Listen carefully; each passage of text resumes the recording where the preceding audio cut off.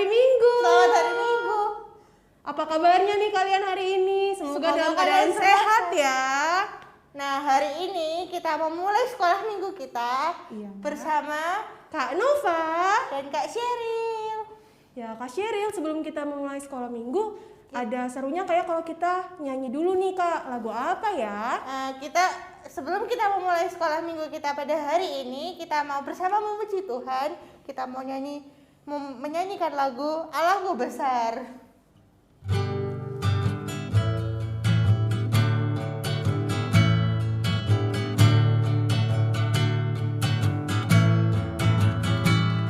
Allahku besar, kuat dan perkasa, tiada yang mustahil baginya. Oh, Allahku besar, kuat dan perkasa, tiada yang mustahil baginya. Oh, gunung miliknya, sungai miliknya, bintang-bintang ciptaannya. Oh, Allahku besar, kuat dan perkasa, tiada yang mustahil baginya. Oh.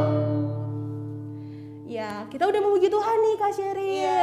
Untuk memulai ibadah kita berdoa dulu. Ayo adik-adik diambil sikap berdoanya. Lipat tangannya, tutup matanya, tundukkan kepalanya. Kita bersatu di dalam doa. Tuhan Yesus yang baik, terima kasih Tuhan atas kasih Tuhan dan berkat Tuhan sehingga kami boleh melakukan ibadah sekolah minggu kami. Kiranya Tuhan memberkati acara sekolah minggu kami ini dari awal, pertengahan hingga akhir. Terima kasih Tuhan Yesus, kami berdoa dan mengucap syukur. Amin. Amin. Nah, Kak Nova, Ya, gimana menurut nih? Kak Nova, Tuhan Yesus itu baik tidak ya? Menurut Kak Nova sih Tuhan Yesus baik. Buktinya Tuhan Yesus mau mati di kayu salib buat nebus kita, Kak Sheryl. Tapi Gimana kalau Kak Sheryl? Tuhan Yesus baik, kenapa masih banyak orang yang jahat di dunia ini? Kalau itu kira-kira jawabannya apa ya? Oh, bentar lagi kita akan dengarkan firman Tuhan nih Kak Sheryl supaya kita tahu jawabannya. Oke?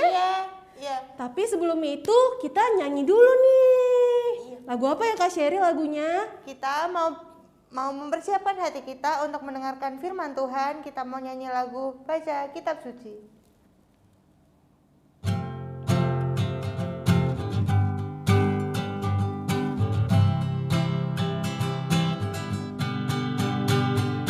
Baca kitab suci, doa tiap hari, doa tiap hari, doa tiap hari.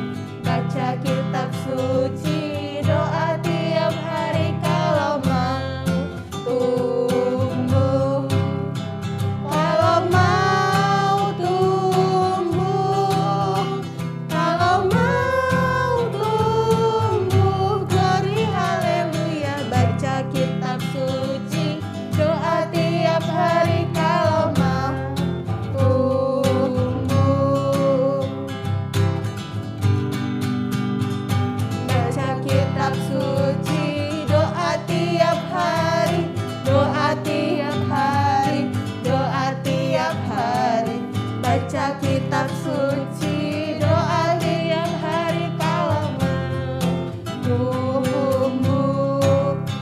Kalau mau tumbuh, kalau mau tumbuh, glory haleluya. Baca kitab suci, doa tiap hari kalau mau tumbuh. Nah, kita sekarang mau mendengarkan firman Tuhan. Apa ya Kak kira-kira temanya untuk hari ini? Tema kita buat hari ini itu Tentang Tuhan itu adalah adil. Jadi adik-adik disiapkan hatinya, disiapkan Alkitabnya. Kita mau mendengarkan firman Tuhan bersama-sama. Halo adik-adik, apa kabar? Pasti sehat-sehat selalu kan? Puji Tuhan. Nah, sekarang waktunya kita mendengarkan firman Tuhan. Tapi sebelum mendengarkan firman Tuhan, kita mau berdoa dulu, kita mau minta pertolongan Tuhan, supaya firman yang kita dengar pada pagi hari ini tuh dapat tertanam di hati dan pikiran kita semua. Yuk, mari kita lipat tangan, tutup mata, kita satu di dalam doa. Tuhan Yesus, terima kasih atas penyertaan-Mu mulai dari ibadah sekolah minggu kami mulai tadi Bapa, hingga saat ini kami akan mendengarkan firman Tuhan. Kiranya firman Tuhan yang kami dengarkan dapat tertanam di hati dan pikiran kami supaya makna dari firman Tuhan yang kami dengarkan pada pagi hari ini dapat kami aplikasikan di dalam kehidupan kami sehari-hari. Inilah doa kami Tuhan Yesus, dalam nama Tuhan Yesus kami sudah berdoa. Amin. Ya. Firman Tuhan pada pagi hari ini terambil dari Kitab Kisah Para Rasul 5 ayat 1 sampai 11. Kisah Para Rasul 5 ayat 1 sampai 11. Kak Bil bacakan ya. Ananias dan Safira. Ada seorang lain yang bernama Ananias. Ia beserta istrinya Safira menjual sebidang tanah. Dengan setahu istrinya, ia menahan sebagian dari hasil penjualan itu dan sebagian lain dibawa dan diletakkannya di depan kaki rasul-rasul. Tetapi Petrus berkata, Ananias, mengapa hatimu dikuasai iblis sehingga engkau mendustai Roh Kudus dan menahan sebagian dari hasil penjualan tanah itu? Selama tanah itu tidak dijual, bukankah itu tetap kepunyaanmu? Dan setelah dijual, bukankah hasilnya itu tetap dalam kuasamu? Mengapa engkau merencanakan perbuatan itu dalam hatimu? Engkau bukan mendustai manusia, tetapi mendustai Allah. Ketika mendengar perkataan itu, rebahlah Ananias dan putuslah nyawanya. Maka sangatlah ketakutan semua orang yang mendengar hal itu. Lalu datanglah beberapa orang muda, mereka mengapani mayat itu, mengusungnya keluar dan pergi menguburnya. Kira-kira 3 jam kemudian masuklah istri Ananias.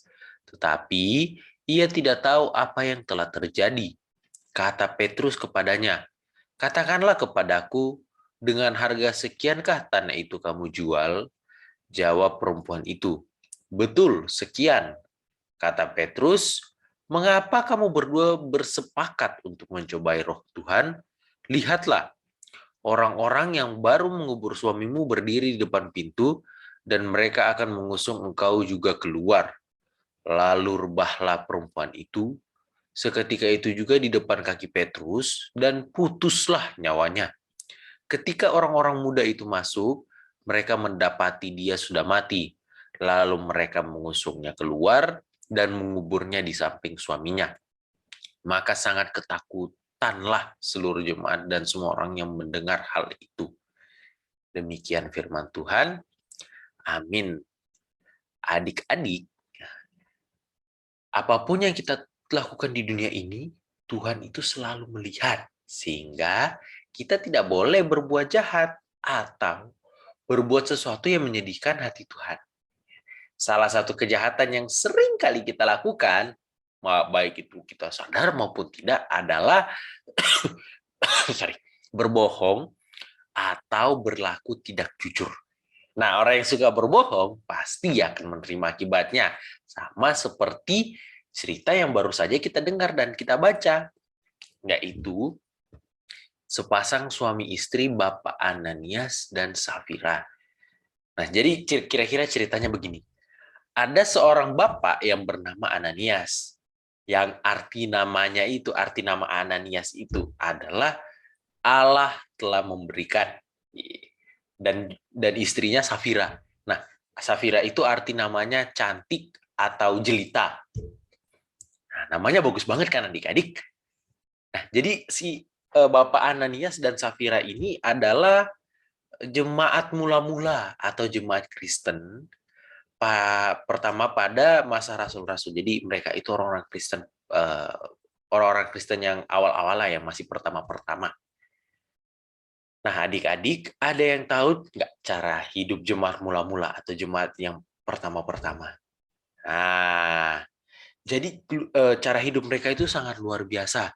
Karena firman Tuhan mengatakan bahwa mereka hidup sehati dan sejiwa. Dan segala kepunyaan mereka menjadi milik bersama. Jadi misalnya aku punya beras nih. Jangan beras dia punya ayam Kentucky atau ayam McD. Nah, jadi punyanya Kak Abil ini juga merupakan punya tetangganya Kak Abil. Jadi kita berbagi gitu. Jadi misalnya Kak Abil punya makanan, tapi yang di sebelah lagi butuh makanan juga, Kak Abil bagi kayak gitu. Mereka itu tidak egois dan mementingkan diri sendiri, karena mereka hidup saling menolong, seperti yang tadi udah Kak Abil bilang. Bahkan, jika ada jemaat yang hidupnya susah, mereka dengan senang hati menjual harta kepunyaan mereka dan meletakkannya dan membawanya ke rasul-rasul untuk dibagikan ke orang lain yang membutuhkan.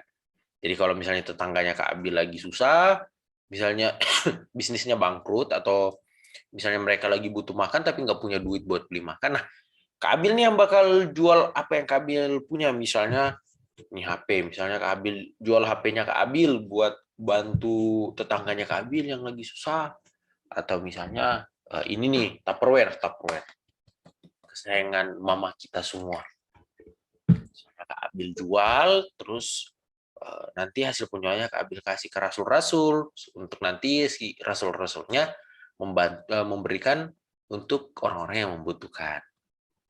Nah, demikian juga si Bapak Ananias dan juga istrinya, Safira. Mereka itu berbuat seperti itu. Mereka menjual kekayaan milik mereka untuk membantu orang-orang yang membutuhkan. Nah, mereka menjual sebidang tanah dan hasil penjualannya itu mereka bawa dan meletakkannya di depan kaki rasul-rasul. Tapi ada tapinya. Atas sepengetahuan istrinya, Bapak Ananias tidak menyerahkan seluruh hasil penjualan tanah itu, melainkan di sebagian ditahan untuk keperluannya. Jadi misalnya Kak Abil jual tanah misalnya 100 juta. Nah, Kak Abil bilang, wah ini semua hasil penjualan tanah saya. Padahal ada ya 10 juta lah Kak Abil simpan untuk misalnya nanti beli AP baru. Nah, kayak gitu. Nah, kalau misalnya melakukan hal seperti itu, menurut adik gimana? Apakah sikap Bapak Ananias ini adalah sikap yang patut diteladani? Tentu tidak. Sebab ia telah berbohong kepada Tuhan di depan rasul-rasul.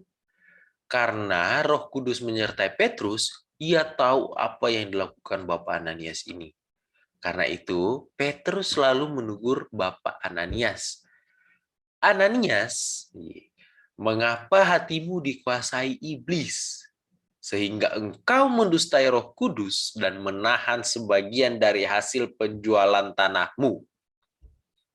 Dengan tegas, Petrus mengingatkan Bapak Ananias bahwa ia bukannya berbohong kepada manusia, melainkan kepada Allah. Sebab Allah tahu apa yang dilakukan umatnya, yang baik maupun yang jahat. Namun, Bapak Ananias ini setelah dikasih tahu begitu, dia tetap berbohong adik-adik. Dan tidak mau mengakui perbuatannya, sehingga di saat itu juga ia meninggal. Lalu beberapa orang mengangkat mayatnya dan menguburnya. Nah, kemudian, Kak Abil lagi batuk-batuk. Nah, setelah Bapak Ananias ini dikuburkan, kira-kira 3 jam kemudian, nah istrinya datang, Safira masuk dan ketemu sama Petrus. Nah, tapi posisinya si Safira ini tidak tahu apa yang sudah terjadi sama suaminya. Gitu. Nah, lalu Petrus pun menanyakan kepada Safira, berapa sih uang yang telah mereka dapatkan dari penjualan tanah tersebut? Benar enggak? Misalnya tadi kan taruhlah misalnya 100 juta. Terus yang dijual itu 100 juta, tapi yang dikasih ke rasul-rasul 90 juta. Nah, terus si Petrus nanya nih, bener enggak nih 90 juta totalnya? Atau kau tipu-tipu? Gitu kan. Nah, terus tapi karena ceritanya si Safira sama Ananias ini udah sepakat nih, bilang, iya bener itu 90 juta totalnya. Nah, jadinya si Safira juga ikut bohong, bilang, iya bener, itu 90 juta, itu udah full itu, full. Nggak di korting, nggak kurang, ya gitu. Udah full. Nah, dan ya sudah sama seperti suaminya. Si Safira itu karena bohong juga mengalami hal yang sama seperti yang dialami suaminya. Ia mati dan mayatnya kemudian dikuburkan di samping suaminya. Dan mereka berdua telah mendapatkan ganjaran atas perbuatannya. Nah, adik-adik, apa yang dilakukan oleh Bapak Ananias dan Safira ini menjadi contoh bagi kita untuk tidak berbuat jahat di hadapan Tuhan melalui kebohongan-kebohongan kita. Nah, sesungguhnya saat kita melakukan apa yang jahat di mata Tuhan, Tuhan selalu memberi kita kesempatan untuk mengakui dan meminta ampun atas perbuatan kita. Namun, sayangnya Bapak Ananias dan Safira tidak mau berkata jujur, sehingga mereka harus menerima akibat dari perbuatan mereka. Nah, pertanyaannya gini, apakah dengan demikian Tuhan berlaku jahat kepada umatnya adik-adik? Jawabannya tentu tidak. Tuhan tidak berbuat jahat. Karena Tuhan itu Allah yang adil, Allah yang baik. Ia selalu berlaku adil kepada manusia. Saat manusia melakukan apa yang jahat, ia selalu memberi kita kesempatan untuk mengakui kesalahan kita dan memperbaikinya. Nah, tetapi ada saatnya di mana Tuhan juga memberi ganjaran kepada kita atas kesalahan yang sudah kita lakukan. Nah, supaya kita tidak melakukan kesalahan yang sama. Jadi misalnya hari ini adik-adik dikasih uang persembahan misalnya 10.000. Tapi misalnya 8.000 doang yang dikasih, 2.000-nya mau dibeli pakai beli ciki-ciki ya gitu. Terus nanti pulang adik-adik ditanya sama orang tua, benar udah 10.000 tadi dikasih masuk, udah full uang persembahannya belum? Misalnya adik-adik bohong, oh iya udah full, padahal 2.000-nya untuk ciki-ciki. Nah, habis itu nanti ada kesempatan, nanti adik-adik bakal dikasih Tuhan untuk mengakui kesalahan. Tapi kalau misalnya adik-adik tetap bohong, nanti tetap akan ada kejadian untuk menyadarkan adik-adik bahwa itu adalah perbuatan salah. Misalnya habis makan ciki-ciki tadi sakit perut, mules. Nah, itu berarti berupa teguran supaya adik-adik mengakui kesalahan, jangan bohong gitu. Nah, jadi biarlah dalam hidup kita sehari-hari kita selalu berpikir yang baik, perkataan, sikap, dan perbuatan kita juga harus jujur. Karena saat kita melakukan apa yang tidak baik di mata Tuhan, akan mendatangkan sesuatu yang tidak baik atau menyenangkan. Nah, sebaliknya, apabila kita melakukan apa yang baik di mata Tuhan, maka berkat-berkat Tuhan melimpah dalam hidup kita. Dan biarlah kita selalu hidup menurut kehendak Tuhan. Demikian firman Tuhan. Amin. Nah, mari kita satu dalam doa. Adik-adik lipat tangan, tutup mata. Tuhan Yesus, terima kasih kami sudah mendengarkan firman Tuhan. Dan melalui firman Tuhan tadi kami belajar bahwa kami harus selalu berkata jujur dan kami juga harus selalu bersikap adil. Kiranya Tuhan selalu menyertai, menguatkan kami dan menyadarkan kami ketika kami berbuat tidak jujur dan ketika kami berbuat tidak adil. Kiranya Tuhan tegur kami, Tuhan sadarkan kami agar kami bisa sadar dan bisa kembali berbuat jujur dan bisa kembali berbuat adil. Inilah doa ungkapan kami, syukur kami Bapak dan pengharapan kami. Sekarang kami akan melanjutkan ibadah kami. Tuhan pimpin dan sertai kami selalu. Dalam nama Tuhan Yesus kami sudah berdoa. Amin. Wah, ternyata bagus banget ya Kak cerita kita hari Iya, ini. benar Kak Sheryl. Dan kakak yang menyampaikan firman-Nya juga sangat baik. Nah, dari firman Tuhan yang kita dengar pada hari ini, kita boleh belajar kalau Tuhan Yesus itu tidak suka dengan yang namanya ketidakjujuran dan juga dengan orang yang berbohong. Jadi, kita semua dari firman Tuhan hari ini, kita diajak untuk selalu berbuat baik dan juga berkata jujur dan kepada siapapun. Berarti Kak Sheryl kalau kayak gitu, kita harus hidup jujur. Iya Kak. Dimulai dari hal-hal kecil, kita nggak boleh yang namanya berbohong gitu ya Kak Sheryl Iya, ya. Kak. Kita harus jujur sama diri kita sendiri dulu, baru kita bisa jujur kepada orang lain. Oke. Semoga adik-adik setelah mendengarkan firman Tuhan bisa hidup lebih jujur dan lebih adil. Iya Kak. Nah, Sekarang kita mau mempersembahkan apa yang kita punya kepada Tuhan. Kita mau mengucap syukur kepada Tuhan dengan memberikan persembahan. persembahannya bisa adik berikan, dititipkan melalui orang tua, terus nanti diberikan ke gereja, atau bisa melalui scan barcode QRIS yang ada. Oke, untuk mengiringi persembahan kita, kita mau nyanyi bernyanyi. lagu Bawa persembahanmu dalam rumah Tuhan.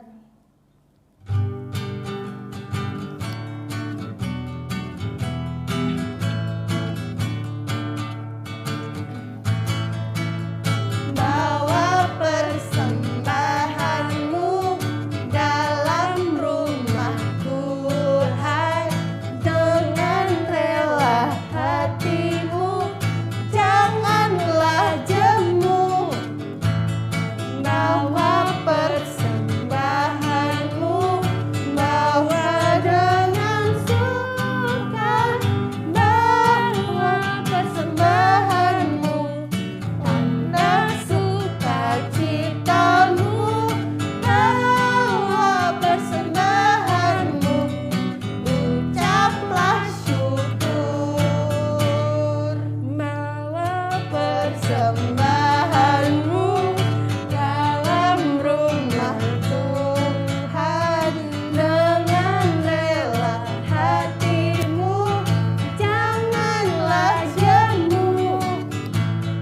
Bawa persembahanmu, bawa dengan suka, bawa persembahanmu, tanda sukacitamu, bawa persembahanmu, ucaplah syukur.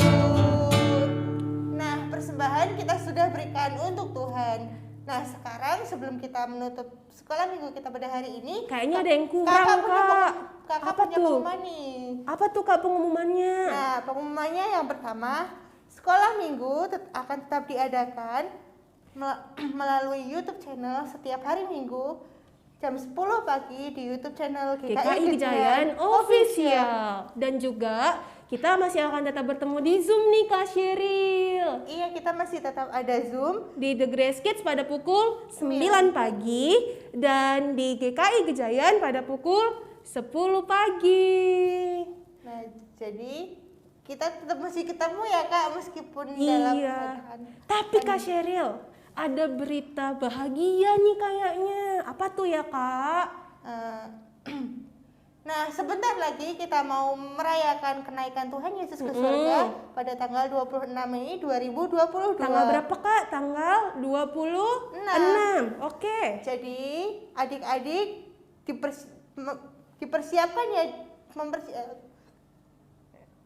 Adik-adik boleh akan mengambil ini Kak, akan ikut ngambil bagian dalam ibadah kenaikan tanggal 26 ini nanti.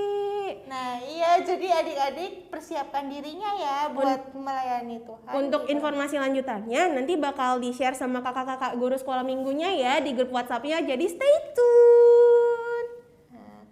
Nah, sekarang kita mau membawa persembahan kita di dalam doa dan kita mau menutup sekolah minggu kita pada hari ini. Mari kita berdoa. Ya Tuhan Allah Bapa kami bersyukur untuk hari ini. Karena Engkau boleh izinkan kami untuk kembali melakukan sekolah minggu pada hari ini. Semoga apa yang telah kami dapat dari firman Tuhan hari ini itu boleh kami terapkan di dalam setiap langkah kehidupan kami. Kiranya Tuhan juga mau memberkati persembahan kami. Semoga persembahan yang kami berikan itu boleh menjadi berkat dan kemuliaan bagi nama-Mu ya Tuhan, dan juga boleh dipergunakan untuk membantu orang-orang yang membutuhkan di luar sana. Doa yang kurang sempurna ini kami sampaikan kepadamu di dalam nama Tuhan Yesus kami berdoa. Amin. Amin. Wah, Kak Nova, sekolah minggu kita sudah mau selesai ya. Nggak kerasa ya Kak Sheryl ya. Nah, untuk mengakhiri sekolah minggu kita pada hari ini, kita mau kembali Bernyanyi. memuji Tuhan Dengan lagu apa itu Kak Sheryl? dalam nama Yesus dan dengar Dia panggil nama saya. Oke, kita nyanyi sama-sama ya.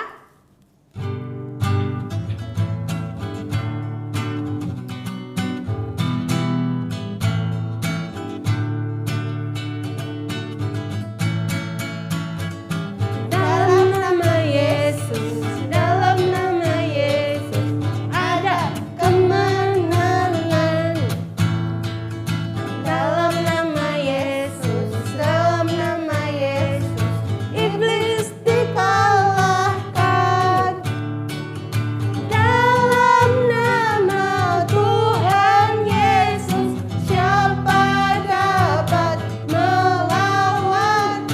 Dalam nama Tuhan Yesus, ada kemenangan.